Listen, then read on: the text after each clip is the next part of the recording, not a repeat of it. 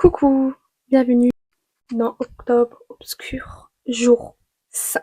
Prépare-toi pour 3 histoires vraies, fausses, mais flippantes. Je vais le redire. Je pense qu'à chaque première vidéo, je vais le dire. Je compte faire une vidéo par jour, du 1er au 31, où je vous raconte 3 à 4 histoires. Si vous voulez m'envoyer vos histoires, je vous mets l'adresse email là. Je ne sais pas encore ce que je vais faire pour le 31. Je suis en train de réfléchir. Ne vous inquiétez pas, je vais faire un truc. Et c'est parti. «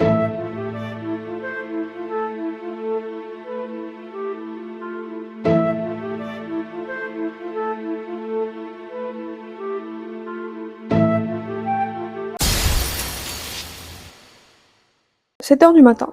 Ce foutu réveil qui se met à hurler. Je fonce dans la salle de bain, passe sous la douche, enfile des vêtements propres et me dirige vers la porte. Je prends machinalement mes clés déposées sur une petite commode en bois, peinte en blanc et sors de chez moi. Alors que je traverse le long couloir qui me sépare de l'ascenseur pour quitter la résidence, j'ai un sentiment bizarre qui s'empare de moi. Je reviens sur mes pas, entre dans mon appartement et regarde cette fameuse commode. Où est passé ce bol dans lequel étaient habituellement posées mes clés? Bien qu'étonnée de voir disparaître certains de mes affaires, je m'en vais à nouveau. Ne voulant pas accentuer ce retard que j'avais probablement déjà pris pour me rendre au boulot. Quelques cafés plus tard et des longues heures qui ont défilé trop lentement à mon goût, c'est encore une fois épuisé que je rentre chez moi. Je balance mes chaussures dans le hall d'entrée et file dans le salon. Un verre de zinc orange à la main. Ah, que ça fait du bien. Ce canapé moelleux sur lequel je peux toujours compter pour soulager mes dos capricieux m'enveloppe et me réconforte tout de suite. Mes lèvres à peine posées sur le bord du verre, mon sang ne fait qu'un tour. Mais qu'est-ce que c'est ce bordel? Les cadres situés de la part autour de la télévision ont été inversés. J'essaye alors de me rappeler si j'aurais pu me tromper.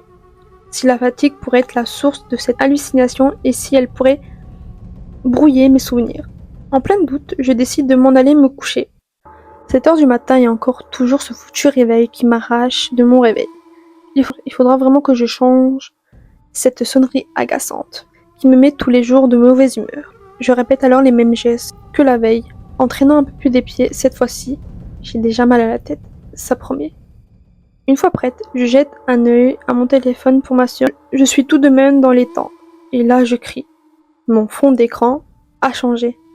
Et pire, il affiche à présent une photo de moi, en train de dormir. Mon cœur s'emballe, tellement fort que ma poitrine me fait mal. J'ai les poils hérissés et des frissons qui me traversent le corps, de la tête aux pieds. Alors que je sens une main se plaquer contre ma bouche et une lame s'enfoncer sous ma gorge, les yeux grands ouverts, remplis de peur, je fixe le miroir qui se situe en face de moi, et là je vois un visage connu qui sourit de toutes mes dents. Mon propriétaire est là, avec un couteau dans la main et un regard machiavélique qui me paralyse entièrement. Vendredi. Enfin. Bien que j'adore mon métier, je ne peux pas m'empêcher de penser à ce week-end de rêve qui m'attend samedi. Un rendez-vous prévu avec un beau brun, ténébreux avec qui ça a matché sur Tinder. Dimanche. Un soir de karaoké avec toutes mes copines d'enfance. Alors que je réfléchis à la carte des cocktails du club qui va devoir nous supporter, nous retrouvons plongés dans le noir.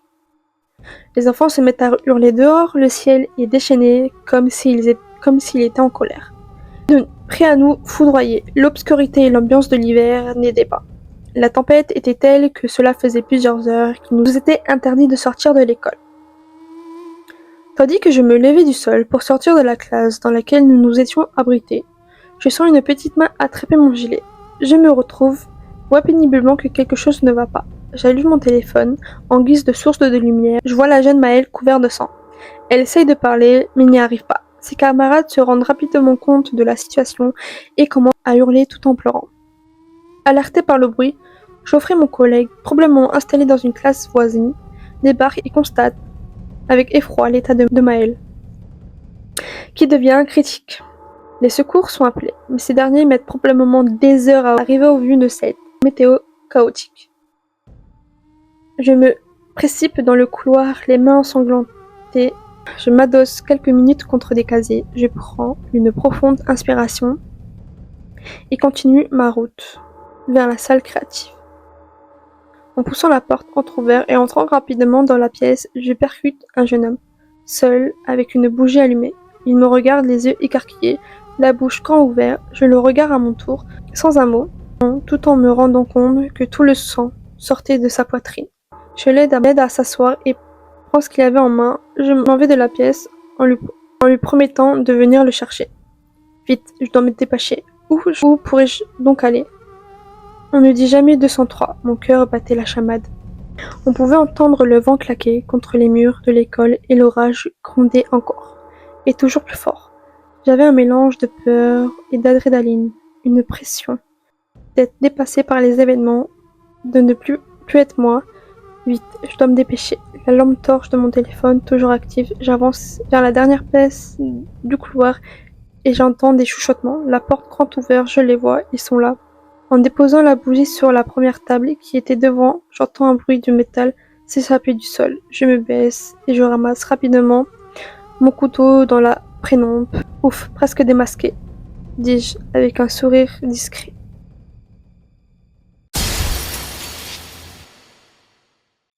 Les gens s'en foutent, complètement cinglés, et moi je participe activement à leur folie. Je suis partagée entre la honte et la curiosité de voir que mes nouveaux clients vont me proposer. Même si je culpabilise un peu, je dois avouer que je n'attends ce jour avec impatience. Avant que je commande, je répète une dizaine de fois que demain, tout est fini et qu'il n'y aura aucune conséquence réelle à tout ce qui va se passer dans quelques heures. D'ailleurs, plus le temps d'y réfléchir, mon premier client arrive, jeune et d'apparence timide. Il me dit alors qu'il souhaite ressembler à Freddy Krueger, original.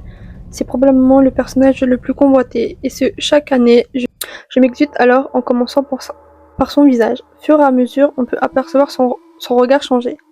S'il y a bien une chose que je ne peux pas transformer, c'est bien le fameux regard. Et pourtant, c'est grâce à ça que je vois que la magie, ou plutôt la malédiction, agit. Un peu plus d'une heure après, il me remercie. Même sa voix est différente. Au début, ça me faisait un peu peur, mais avec les années, on s'y habitue. Je les vois alors quitter la pièce et je peux facilement deviner comment ça va se dérouler sa soirée. Je plains toutes celles et ceux qui vont croiser son chemin. Deuxième cliente. Une cliente d'ailleurs. Cette fois-ci, à coup sûr, elle va demander un maquillage à Harley Quinn.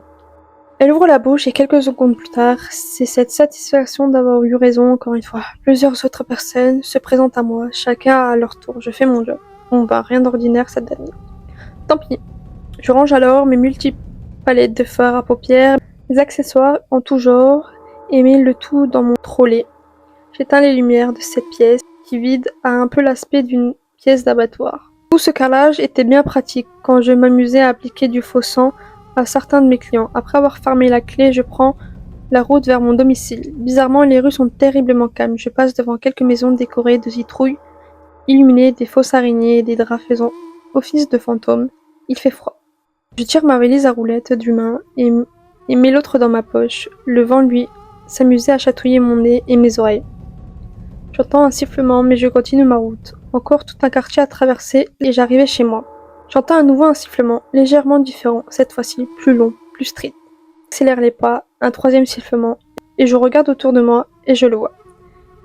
Freddy, Harley Quinn, la note, Chucky, le Joker, la mort, ça, Jigsaw, l'exorciste et même Gollum. En sortant chacun de la pénombre, ils s'avancent vers moi. Dans un premier temps, je souris, certainement une plaisanterie, mais très vite je sens qu'il ne s'agit pas de ça, ils sont là pour moi. Le battement de mon cœur s'accélère, je ne comprends pas. Pourquoi ils ne disent rien? Ils sont là, à me regarder, certains avec un regard effrayant, d'autres avec un sourire démoniaque. Je me mets alors à courir, mais ils se mettent rapidement autour de moi pour m'encercler, pour me coincer, et là j'entends d'une voix me lancer. À ton tour maintenant. J'espère que ces 3 histoires vous auront plu. Dites-le-moi en commentaire, n'oubliez pas de liker, partager, abonnez-vous, activez la cloche. Envoyez-moi vos histoires à l'adresse email, tout est en barre d'infos de toute façon. Je vous dis à demain et je vous fais des gros bisous. Bisous!